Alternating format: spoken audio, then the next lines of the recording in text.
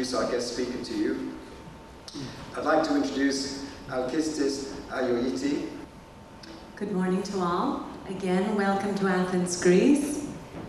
We're going to have a very interesting speech today about the development of leadership from ancient Greek times to today. And we'll become increasingly surprised with the amazing similarities of today's leadership programs in various multinationals and ancient Greek philosophical schools, which were in essence leadership academies. Now if you take a look at this picture here, a painting by Raphael, it is a picture of the ancient Greek academy, okay? And we have in the foreground Plato, Aristotle, and Socrates always sitting comfortably as he did. And this picture may be a little idealized, but it does represent the spirit that existed in those times. And the whole preoccupation with ancient Greece with the aspect of know thyself and how that is linked into creating ideal leaders. This was very, common term, know thyself in ancient Greece. Why? Because they believed that in knowing yourself, you can master yourself. You can have a fuller life and have a more conscious life, and therefore also be a more conscious leader to others. And they believed very much in the aspect of self-leadership. Okay, before you can lead anybody else, you have to be able to lead and manage your own self. And the whole culture was very preoccupied with this, this aspect. During the speech, I'm going to ask you to take your candles at a certain point, just to participate so that I can make a point. I hope you all participate in that. It's a little later. So let's continue then and say that ancient Greece was abound with many schools of philosophy. Now when we say philosophy, we don't mean abstract things. We mean very practical things. We mean how can knowledge be applied to the everyday person, to the leader, to the politician.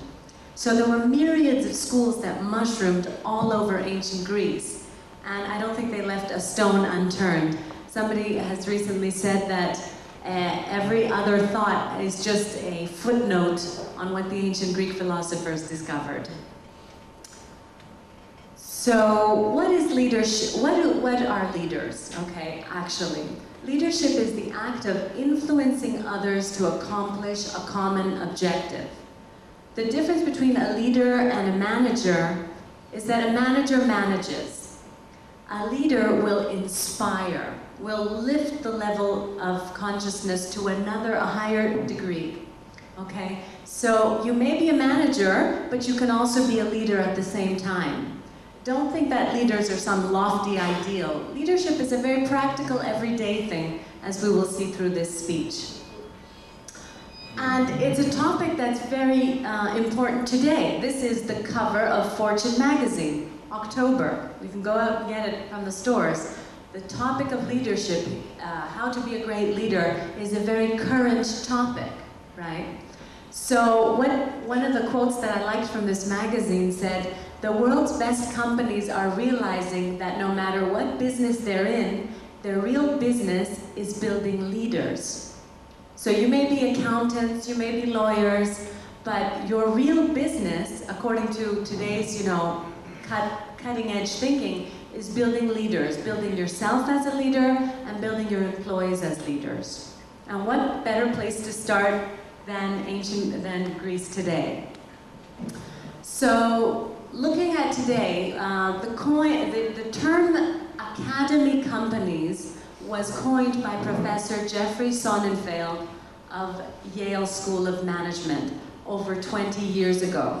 And when we say academy companies, it refers to that quote about no matter what business you're in, you're actually in the business of building leaders. It means that every company should become a kind of school where talent is developed and talent is attracted. And there's some very important reasons why leadership is very important today. The two main reasons, you yourself know the first as accountants, you know that capital is not the problem. Okay, if someone has a good project and they make a good presentation, they can have capital. What we lack is human capital. What we lack are people with talent, born leaders, or leaders that we can cultivate.